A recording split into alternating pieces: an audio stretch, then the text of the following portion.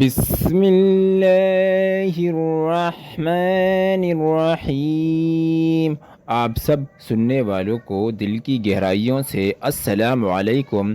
تمام مخلوقات، فرشتے اور جن و انس سب اسی کے غلام ہیں، سب اس کی بادشاہت، طاقت اور اس کے ارادے سے باہر نہیں نکل سکتے۔ ارکان ایمان میں سب سے افضل اللہ پر ایمان لانا، جیسا کہ حدیث رسول اللہ صلی اللہ علیہ وآلہ وسلم میں ہے کہ جب آپ سے یہ سوال کیا گیا کہ کون سا عمل افضل ہے، تو آپ نے جواب دیا اللہ اور اس کے رسول پر ایمان لانا۔ اس کی دلیل نبی کریم صلی اللہ علیہ وآلہ وسلم کا یہ ارشاد ہے کہ جب حضرت جبرائیل علیہ السلام نے آپ سے پوچھا مجھے ایمان کے بارے میں بتائے، تو آپ نے جواب میں فرمایا ایمان یہ ہے کہ اللہ پر، ملائکہ پر، آسمانی کتابوں پر، رسولوں پر، یوم آخرت پر اور بلی بری تقدیر پر ایمان لائے۔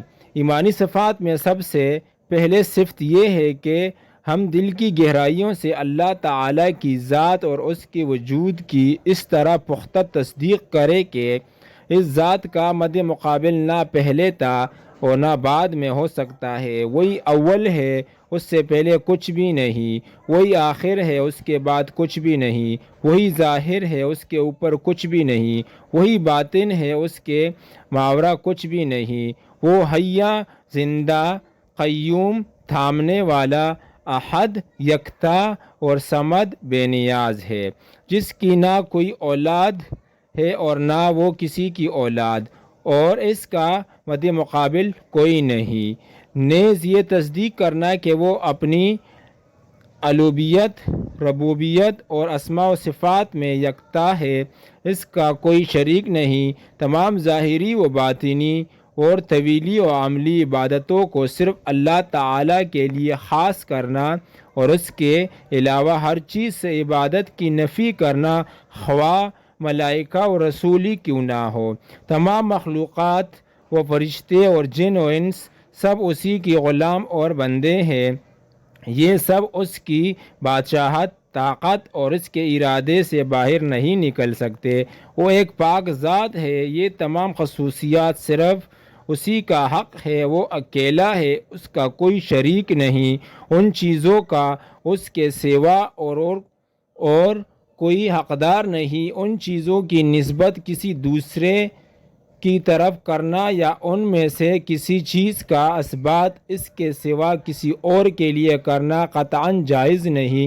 ارشاد باری تعالیٰ ہے کہ اے لوگو، اپنے اس رب کی عبادت کرو جس نے تمہیں اور تم سے پہلے لوگوں کو پیدا کیا تاکہ تم پرہیزگار بن جاؤ۔ وہ ذات جس نے زمین کو تمہارے لیے بچھونا اور آسمان کو چھت بنایا اور آسمان سے پانی اتار کر اس سے پھل پیدا کیے جو تمہارے لیے روزی ہے۔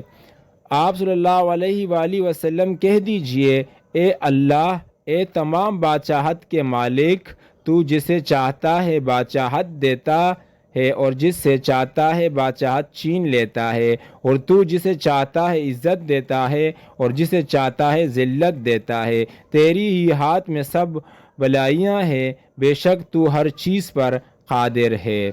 یاد رکھو اللہ ہی کے لیے خاص ہے خالق ہونا اور حاکم ہونا۔ بابرکت ہے وہ اللہ جو تمام عالم پروردگار ہے۔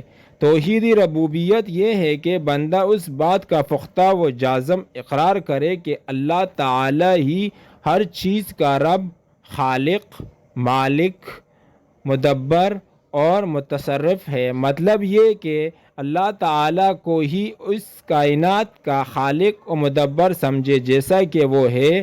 وہ اپنے علم و قدرت کی بنیاد پر جس طرح چاہتا ہے خود سارے معاملات کا انتظام کرتا ہے، دنیا و آخرت اور ساری جہانوں کا مالک ہے۔